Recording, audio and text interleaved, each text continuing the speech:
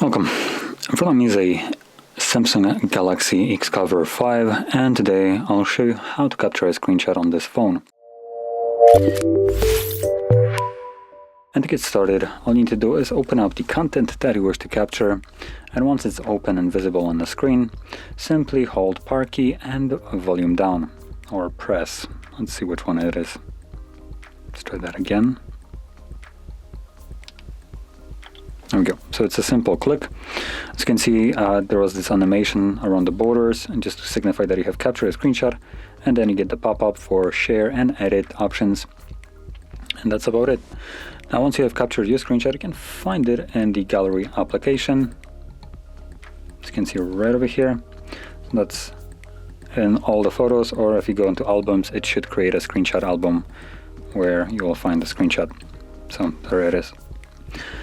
So, if you found this very helpful, don't forget to hit like, subscribe, and thanks for watching.